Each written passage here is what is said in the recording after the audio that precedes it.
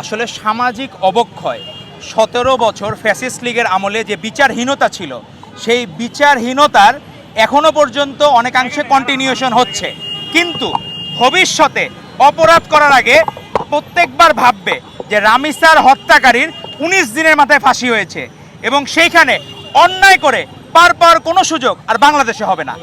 এই সাইকোলজি যখন ডেভেলপ করবে তখন অন্যায়ের হার আস্তে আস্তে শূন্যের কোঠায় চলে আসবে। আপনি দেখেন ইউএসএ ফার্স্ট ওয়ার্ল্ড কান্ট্রি, সেখানেও মসজিদে যে হামলা করে আততায়ীরা, অনেকে বিচ্ছিন্ন ঘটনা ঘটে, এখানেও কিন্তু খুনের ঘটনা ঘটে, এখানে কিন্তু না। তো সাইকোলজিক্যালি যারা পারভার্ট তারা রোগী, সেটার ব্যাখ্যা আলাদা।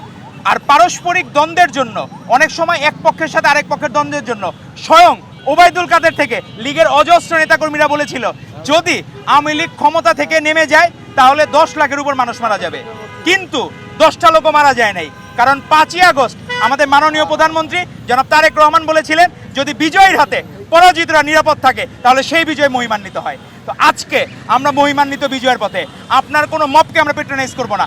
আপনি দেখবেন তোফায়েল আহমেদের জানাজাকে কেন্দ্র করে অনেকে জয় বাংলা স্লোগান দিয়েছেন, কিন্তু সেখানে ন্যূনতম একজনকেও যারা জয় বাংলা স্লোগান কাউকে একটা চরও মারে নাই কেউ। এটাই হচ্ছে সংস্কৃতির পরিবর্তন। তাদেরকে আমরা আইন শৃঙ্খলা বাহিনীর কাছে তুলে দেব, কিন্তু আইন নিজের হাতে তুলে নেওয়া যাবে না। আর সরকার ওই গত 17 বছর যে বিচারহীনতার কারণে যে টেন্ডেন্সিটা আছে সবার মধ্যে, অপরাধ প্রবণতা আছে, সেই অপরাধ প্রবণতার কারণে এই অপরাধগুলো হচ্ছে।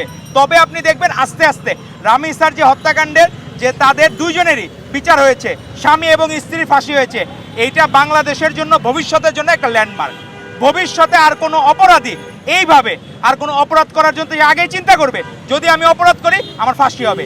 এই কারণেই অপরাধের প্রবণতা আস্তে আস্তে কমে যাবে এবং আশা করি আমাদের মাননীয় প্রধানমন্ত্রী জনাব তারেক রহমানের নেতৃত্বে সেটি শূন্যের কোঠায় চলে আসবে। এবং আপনি দেখবেন যে এই রাস্তায় আইন শৃঙ্খলা মানার যে প্রবণতা, গাড়ি বৃষ্টির মধ্যেও দেখলাম গাড়ি এলোপাতারি না, সবাই সিগন্যালের 300 সেকেন্ড অপেক্ষা করতে হবে, অপেক্ষা করতেছে, 10 সেকেন্ড অপেক্ষা করতেছে, কারো কোনো তাড়াহুড়া নাই। কারণ সবাই জানে শুধুমাত্র তারেক রহমান এবং বিএনপি সরকারের মাধ্যমে আইনের অনুশাসন প্রতিষ্ঠা করা সম্ভব এবং সকলের কিন্তু টাইম সেভ হচ্ছে।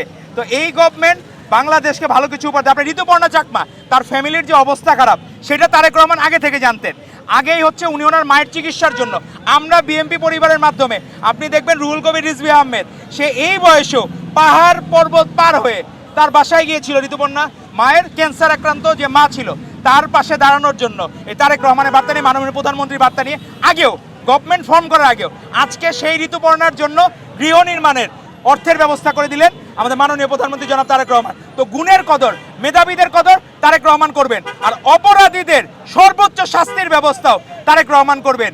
এই জন্যই হচ্ছে যে হলো শিষ্টের পালন দুষ্টের দমন, সেটাই হচ্ছে আমাদের মাননীয় প্রধানমন্ত্রী জনাব তারেক রহমানের মূলনীতি। তো আমরা চাই সকল নাগরিক যাতে আইনের প্রতি শ্রদ্ধাশীল থাকে, তারা আইন মেনে চলার যে চর্চাটা সেটা হইলে আমরাও একদিন ফার্স্ট ওয়ার্ল্ড কান্ট্রি যে আমরা স্বপ্ন দেখি সত্যিকার অর্থেই সকল নিয়ম নীতি মেনেই আমরা ফার্স্ট ওয়ার্ল্ড কান্ট্রি থেকে ধাবিত হব এবং বাংলাদেশেই আইনের অনুশাসন প্রতিষ্ঠিত হবে। ধন্যবাদ আপনাদেরকে।